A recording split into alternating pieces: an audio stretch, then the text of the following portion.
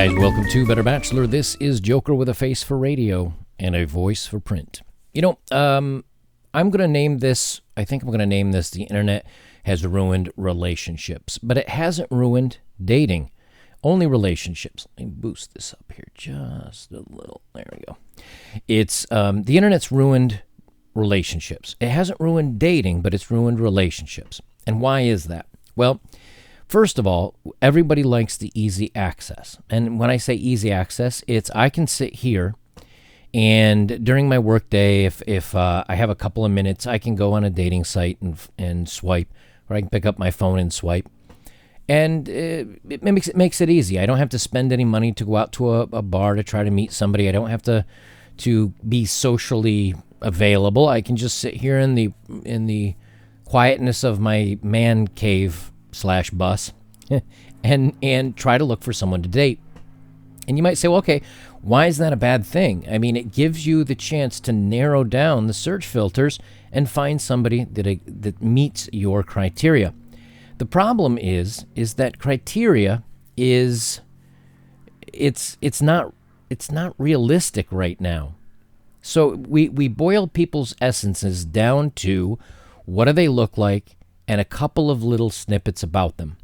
Now, were we to have a conversation, it might come up at some point that I've traveled the world and I've gone to 36 countries. It might come up that I've built a bus and, I'm going to be traveling the country in it, and maybe you get a chance to see it. It might come up that, I don't know, where I've lived and my hobbies and just in casual conversation, before attraction has even occurred. It might just be a conversation between two people. And after you have that conversation for a little while, you start saying, you know what, this is an interesting person. I kind of like them. I dig them. They're interesting. I'd like to get to know more about them. Maybe we could go out and have dinner sometime. Take all that away. Now put me online. What am I? Well, I'm 47. Yeah, 47. I have to think there. I don't talk about my age very often. I'm a 47-year-old guy who's bald with a beard, 5'7", former network engineer. That's it. That's all I am as a person. That's all I am as a human being on a dating profile. Kind of not very exciting. And yes, you can put in, oh, I've traveled, I've done this, I like movies, I like music. Yeah, who doesn't? I like animals, I work out twice. Yeah, but everybody does. There's no way to differentiate yourself from anyone else. And so what happens is that you start focusing on the traits that you most like. Now, even if you do happen to meet somebody, what if you're in a longer term relationship, 5-6 months, and the butterflies and the excitement is drifting away a little bit, and you're kind of settling into a everyday, quote unquote, normal relationship, and you say, I'm bored. I just want to look at pretty girls or pretty guys, good looking guys online. I'm going to open that old dating app that I have. I mean, I'll just swipe through and, oh, this person's really good looking. Oh, and they're successful. Oh, and he's tall or she's this or that. Let me just see. And you swipe right. It's a match. Oh, hey, what do you know? And they message you and you just say, oh, but I'm just goofing off. The boyfriend or the girlfriend's in bed next to me. I'm just going to talk. It gives me something to do. They're asleep. I'm a late owl. I want to. And before you know it, you're making arrangements to meet up and your relationship is over. This is happening at an exponential rate. Let's get recording here and we'll talk some numbers. From the New York Post as of April 27th, so just a couple days ago. Ashley Madison says cyber affairs have surged under the bug. Shocking. You're with the spouse, male, female, doesn't matter. And you get a little bored and decide to swipe away and see what's out there. Give yourself someone else to talk to because you're tired of talking to your husband or wife. Says cyber affairs are thriving during the bug as people in bedroomless marriages are quarantined at home with their spouses. Married couples locked inside together are in desperate need of satisfaction and have been seeking cyber activities in troves, according to a new report released by Ashley Madison, a website aimed for cheating spouses. Ashley Madison has added 17,000 new members a day in the midst of the bug. Wow, that's a lot, except normally compared to 15,500 of new members a day in 2019. That is an increase of about 10%. It's really not that much, which means that even without this current thing going around, people are looking for extramarital fun. Or extra, if this were a dating case, they'd just go on Tinder and probably swipe match with somebody else and then either cheat or leave. But when you're married, you don't have that option as much. So 17,000 people a day are looking for new membership to do this. We've spoken to members, and they're saying they're using the site as a release valve for the tension that's built up at home during the pandemic. Paul Cabe, the chief strategy officer of Ashley Madison, said in an interview with VentureBeat, they're looking to have needs met that aren't being met at home. I don't know about you, but if I'm at home with somebody that I really do genuinely care for, I'm with like a friend, somebody that I care about, someone that I love spending time with. This is somebody that I love. This is somebody, ideally, who I'd like to have romantic relations with in the bedroom. Although we know most of the time when you get married, that definitely falls off a cliff in most cases. Usually it's from the woman's side that she's not as interested. And I mean, this is it's an old joke. I mean, once you say you do, she says I don't. Or how does she get out of it with a headache and not tonight, honey, I have a headache and all that stuff. Some people want to chat with someone other than a spouse. You can do that. It's called friends. While others are seeking emotional validation or the fantasy of pursuing a secret, naughty life, the study said. Yeah, right, because you want to get those butterflies and that excitement back in the relationship. This is more often a woman thing. The website even has a new tagline during the bug. Life is short. Have an affair.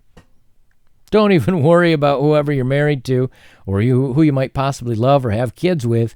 Life's short. In most recent study, the site found 30% of its female users are having cyber relations or relationships with their affair partners, and about 14% of its male users were having it. So about 2 times as many women as men. Now, with self-isolation a major factor in our lives, virtual affairs are being utilized to fill the gap. It's often a physical component from an intimacy standpoint. By seeking an affair discreetly, they're able to maintain all the aspects of life they value and enjoy, such as having your husband pay all the bills and having your wife look after the kids and all the things that would normally be in a relationship, but I also want more. And again, this is a problem that we see, is that there is no what happens to the person you're hurting? What happens to the person that you're with, that you've promised yourself to, that you've said, I'm going to have a dedicated relationship with this person. Now, maybe you say, that's old school, man. Hey, times have changed. Things are casual, they're fun. And you say, okay, let's just say for the sake of argument, it's fine that relationships are more casual. No problems. Let's continue on here. This is a post on Reddit. I do not have a link. This is a screenshot that I saw on Twitter, and the information's been redacted. I suppose if you search hard enough, you could find it. I don't care that badly. But it's got 29,000 upvotes at a 75% upvoted, which means 75% of the people that read this agree with it.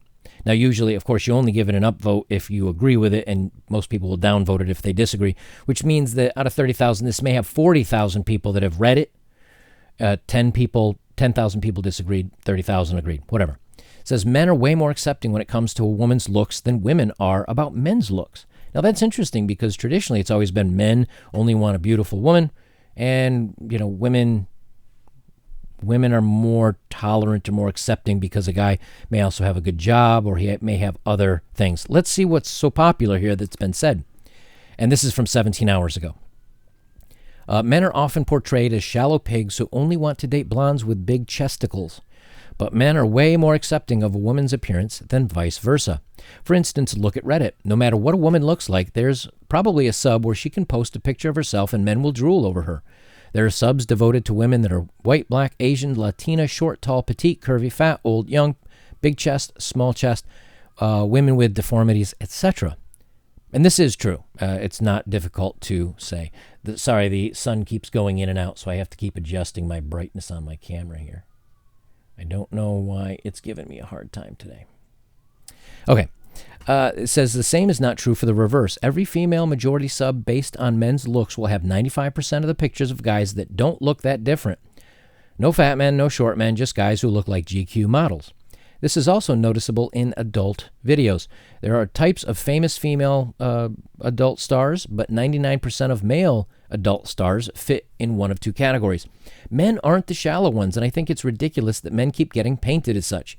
We're extremely accepting when it comes to women's appearances, but the same can't be said about women and our looks. And again, 75% of the people that read this agree with him. There's about 5.3 thousand comments. So now we're saying, okay, if online dating is taking over, and I'm going to get to those numbers here in a second, and it's all about looks, but men are more forgiving of a woman's differences where women is not of men, well, online dating means that men have a very strong disadvantage of being selected for dating. Let's look at another graphic here. I know this is old and it's been around for a couple of years here, but I snapped it and grabbed it up. And this is from a study on OkCupid.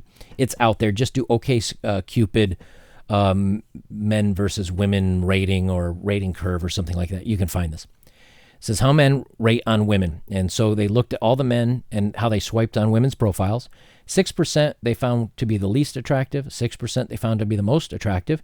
And just about a perfect bell curve of average.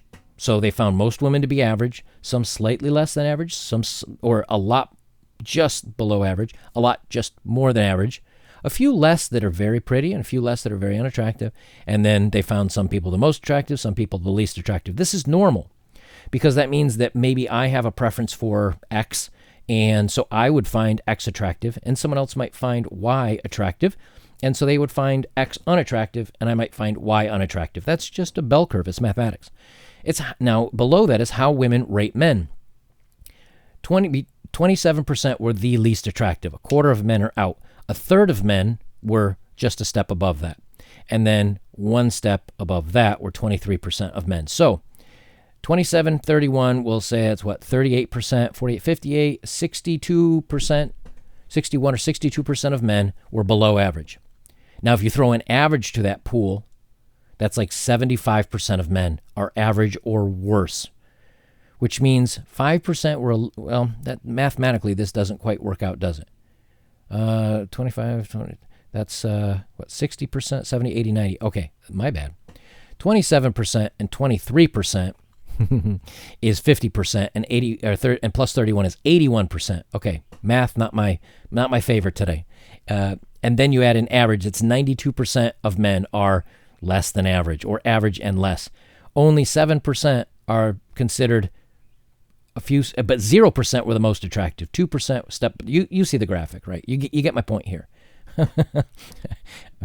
I guess I should have done this a little bit earlier or a little bit later in the day when I'm fully woken up. But you see the point that the bell curve's thrown way off. But what is it they're rating? Well, they're rating men just based on their looks. There's no personality. There's no personality comes through. No financial success comes through other than maybe stating what their job is. But you'd think because of that men would have this curve because they'd say, well, women, we only base women on looks and we only want the most attractive. But this says otherwise. From David Schmidt at Psycho Schmidt, it says Tinder study, male subjects liked 61.9% of female profiles. Now this is from Tinder, not from OkCupid. So different programs, same results. Male subjects liked 61.9% of female profiles. Female subjects liked only 4.5% of male. Finding in line with evolutionary psychology and parental investment theory, women like men more if he has a master's in business or engineering.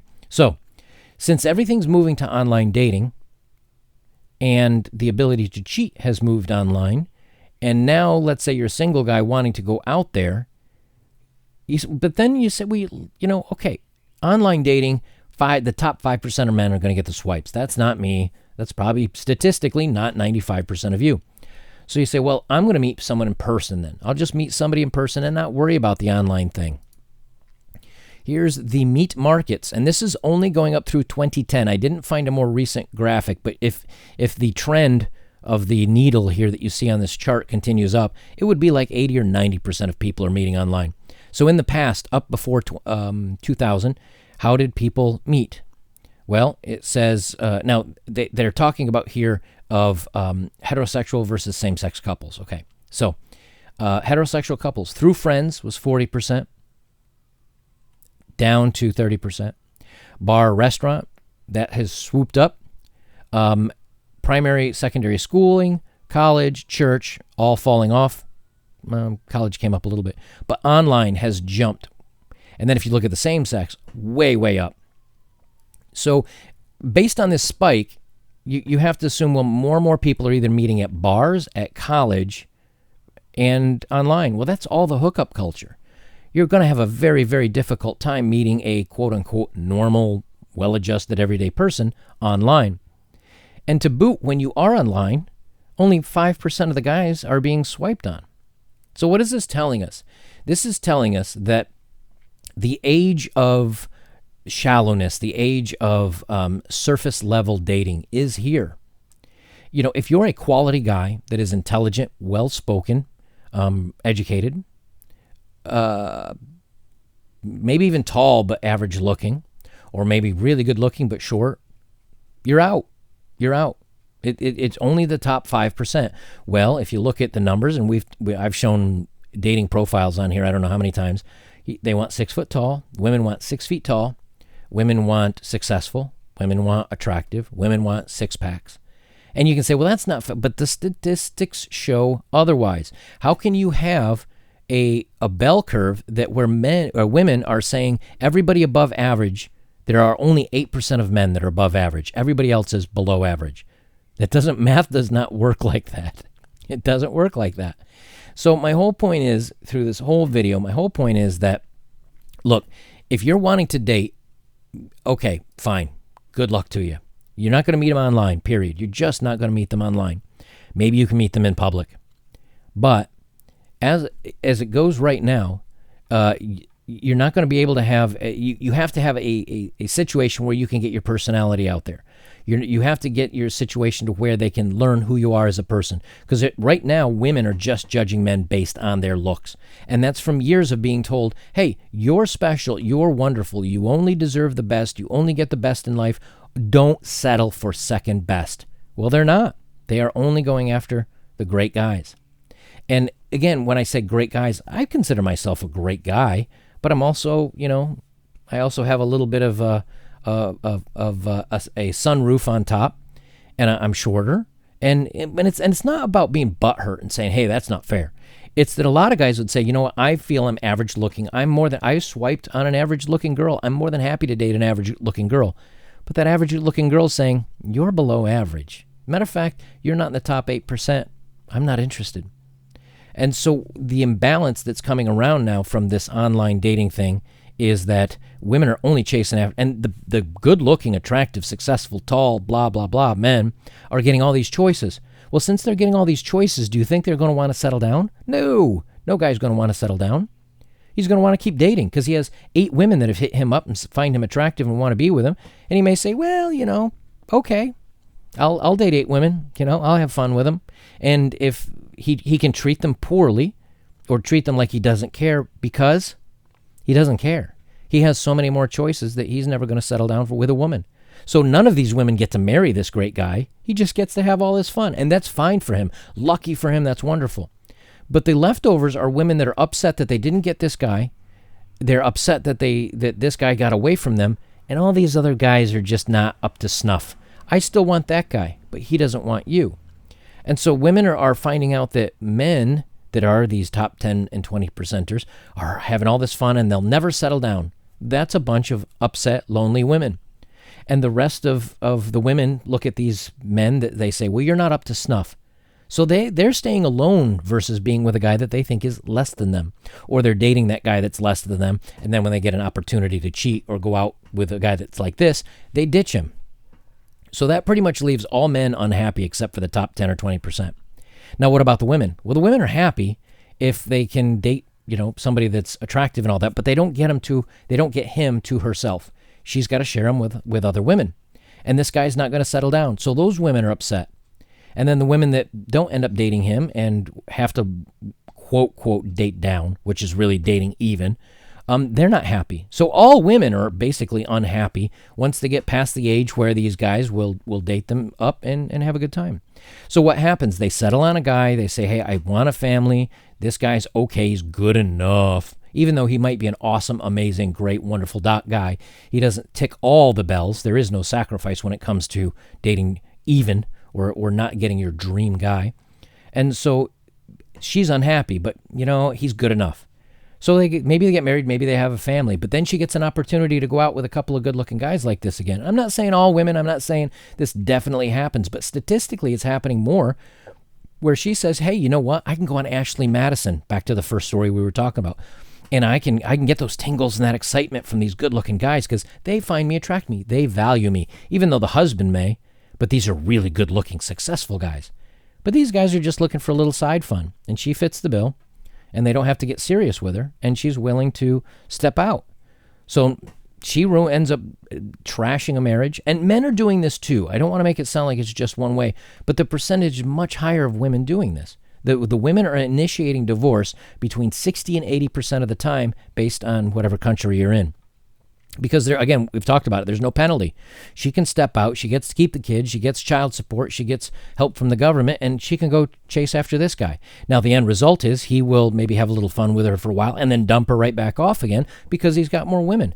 And then now all of a sudden she's got kids, she's single, and she's mid-30s, and the opportunities aren't there anymore, and she's upset. But who's she upset at? She's upset at the really great guy that didn't, commit to her. She's upset with her ex because he never turned out to be the man she thought he would be, or he wasn't good enough. But there's no being upset about your own life decisions. And it's important for you guys to understand. I'm not saying all women are like this. I'm not saying that, that there are good women out there. I know I've got some in my family. I do have friends that have been married for many, many years successfully and are happy. So it's not all, but when you start looking at the statistical majority, then you start having to say the odds of me getting in a relationship, being chosen on one of these dating sites, meeting somebody in person, getting married, being successful, having her stay with me, having things go well, are so small right now. So if you are going to go down this path, don't make it a priority. If it happens, great. But make sure that you've got other things in your life that you're excited about, that you want to do, that you want to be fulfilled with, so that if this doesn't happen for you, you haven't hung your hat on the only peg and said, hey, I didn't get married. I'm not dating. I don't have kids. I am a failure. That's very important to get past that. It's not that you are a failure. It's that if you are average, an average woman doesn't want you. An average woman doesn't want me. It's that she wants something that's better than her. And again, you look at these OkCupid, and I'll leave links to all these links if you want to look at these things below. It's that you can be a perfectly wonderful, great guy. You could be a catch for the right woman, but the right woman is still interested in someone that's a little better than you, a little taller than you, because they have unrealistic expectations. And you cannot change that. Your only choice is to do what's right for you and be happy in life. That's that. Guys, if you'd like to support my work, links are below. Thank you very much for those of you that have. If you don't want to donate that way, the best way you can help me out is like, comment, share, subscribe, and go check out some of my older videos. I'm always referencing my older videos just because I don't want to talk about the same subjects over and over and over the same way. So go back and watch some of them, and I think there's some good information there that you guys will enjoy. I'll leave it there. This is Better Bachelor. I'm Joker. Remember, guys, if you're not chosen, if you're not dating, if you're not having success, it's not you. It's that unrealistic expectations of what online dating and the availability of so many choices has made for everyone.